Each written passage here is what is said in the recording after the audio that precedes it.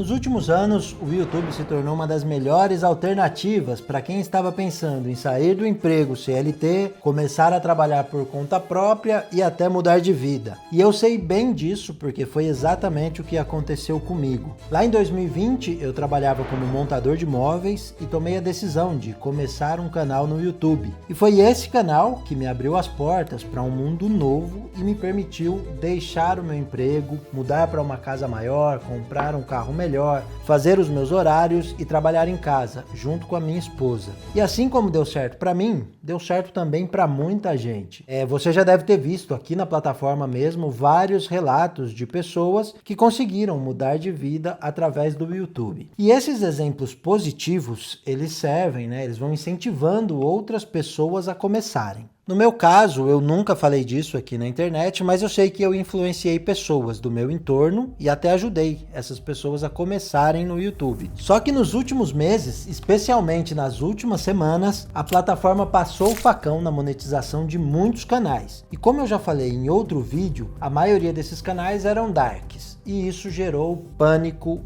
muitas dúvidas, principalmente em quem está pensando em começar no YouTube. Isso era algo que eu já tinha percebido, mas que ficou mais claro depois que eu postei esse vídeo aqui, falando sobre essa questão. Apesar de ter sido só o segundo vídeo do canal, teve vários comentários, e alguns deles falando exatamente sobre isso. Eu decidi fazer esse vídeo respondendo aos comentários para poder explicar assim com mais detalhes o que eu considero o melhor caminho para quem está na dúvida se deve ou não entrar no YouTube agora. E eu vou começar com esse comentário aqui, que foi feito pelo perfil Portal Frequência do Bem. Esse foi um comentário gratificante de ler, porque ele veio de uma pessoa que mencionou que me acompanha desde o Habla Galera, que foi o meu primeiro canal e foi também o que me abriu as portas, para o mundo da produção de conteúdo. Já quero aqui aproveitar para agradecer por me acompanhar em mais um projeto. Nesse comentário, ela fala sobre esse tema, que está preocupando tanto quem já começou, quanto quem quer começar, como é o caso dela. E sendo bem sincero com você, essa situação, ela não está preocupando só quem está começando ou pensando em começar. Ela está preocupando até quem já tem mais experiência e tempo no YouTube. Eu tenho conversado com outros criadores e, de uma certa forma, tá todo mundo com receio. E eu mesmo não vou vir aqui e falar assim, eu tô 100% tranquilo,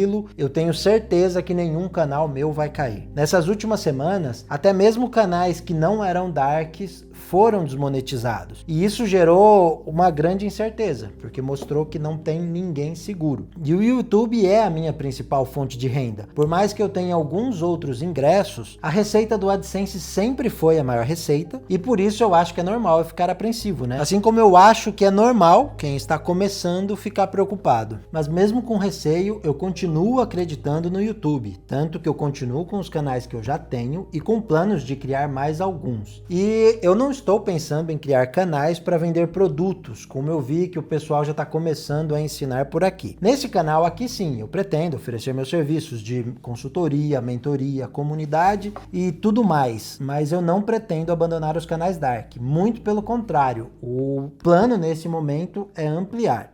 Já tem um canal que nós estamos preparando o primeiro vídeo, eu devo lançar ele em breve, e alguns outros que a gente deve começar ao longo desse ano. E dando certo ou não, eu pretendo compartilhar aqui com vocês os resultados. Voltando para o assunto do vídeo, o meu conselho para quem está inseguro, com dúvidas sobre começar ou não, é o seguinte: comece, mas comece do jeito certo, ou pelo menos do jeito menos arriscado.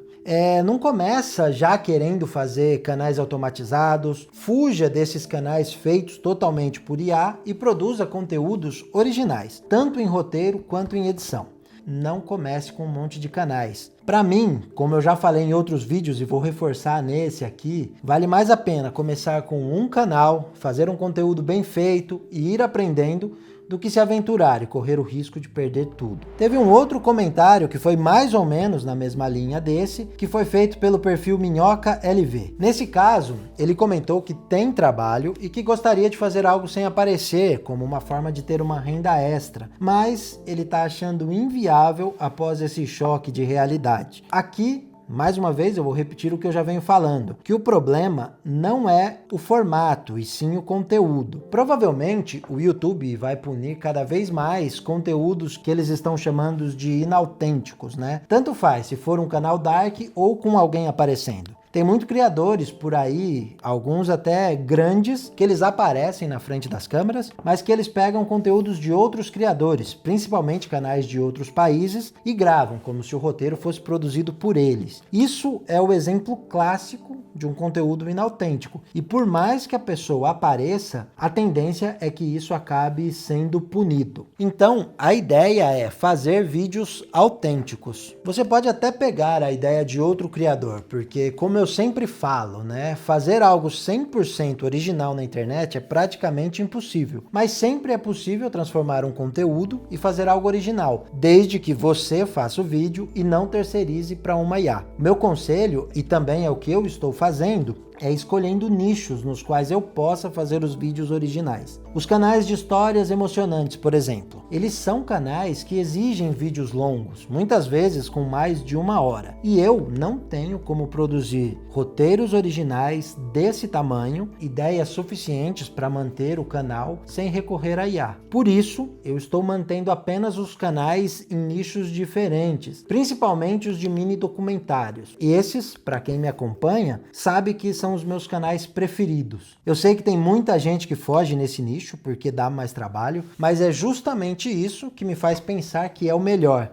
Na verdade, não dá para chamar mini documentários de nicho, né? Apesar de ser muito comum ver bastante gente chamando webdocs, os mini documentários costumam ser chamados de webdocs, né? E é muito comum a gente ver pessoas tratando o webdocs como um nicho, né? Os webdocs são formatos de vídeo que dá pra gente adaptar ele a vários nichos diferentes. E é esse formato que eu estou apostando e aconselho para quem quer começar. Teve um vídeo que eu falei do nicho de obras gigantes, né, para produzir pequenos documentários sobre obras grandes que estão sendo construídas ou mesmo que já estão prontas. E dá para fazer isso com muitos outros nichos. Tem um canal que eu gosto bastante que se chama Por Onde Andrei. Embora nesse canal tenha uma pessoa aparecendo em algumas partes do vídeo, é um conteúdo que ele poderia ser totalmente dark. Daria para fazer um vídeo desse sem ninguém aparecendo. E eu, particularmente, duvido que em algum momento o conteúdo desse canal possa ser classificado como inautêntico. Qualquer um que assiste esse canal consegue perceber que o roteiro foi feito por uma pessoa e não por uma IA. Dá para perceber nos vídeos que teve uma pesquisa. O vídeo, ele traz assim bastante fatos interessantes e por mais que seja assuntos que outros canais já tenham abordado, o dono do canal faz um conteúdo único, tem as características dele ali. Por isso que eu falo para não começar vários canais e ir fazendo tudo com IA. Escolhe um nicho e faça vídeos parecidos com esse. Não em termos de edição, mas de conteúdo. Dá para fazer isso com futebol, com carros, com novelas, com pets, países. Praticamente qualquer assunto dá para ser transformado nesse formato. E para quem tem outro trabalho e pretende começar no YouTube em paralelo, esse é o tipo de canal que você não vai conseguir produzir muitos vídeos. Provavelmente no começo vai acabar postando aí um vídeo por semana ou talvez até um a cada 15 dias. Mas isso não é necessariamente um problema. Nos últimos meses, nós fizemos alguns testes aqui e tivemos uns resultados bem interessantes.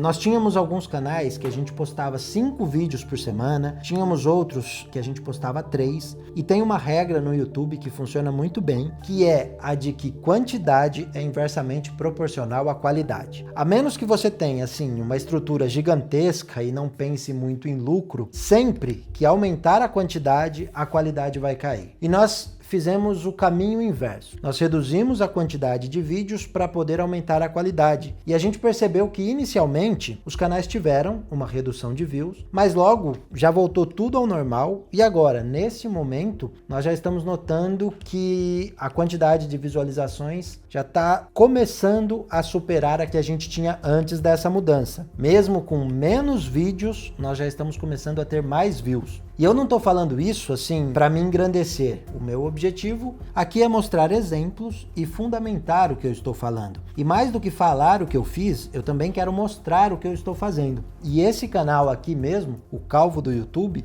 ele é um exemplo. Eu poderia fazer aqui 5 vídeos por semana ou até mais, fazendo igual a muitos criadores que simplesmente ligam a câmera e falam qualquer coisa ou fazem um react, sabe, só com caretas, apenas para manter a frequência alta. Mas eu prefiro postar um vídeo por semana e assim eu posso fazer uma edição melhor, eu posso preparar melhor o roteiro e entregar um conteúdo de melhor qualidade. Então, se eu estivesse começando hoje, eu criaria um canal em um nicho que eu tivesse alguma familiaridade ou de algum assunto que eu gosto, e eu produziria pequenos documentários. Faria vídeos aí com a duração entre 12 e 15 minutos. E pensando que eu teria 3 horas por dia, mais ou menos, aí para me dedicar a esse projeto durante a semana e umas 6 horas por dia no final de semana, eu dividiria o trabalho dessa forma. Na segunda-feira, eu iria definir o tema do vídeo, a abordagem, o título e a thumb. E também eu já começaria as pesquisas para montar o roteiro. Se você está achando estranho começar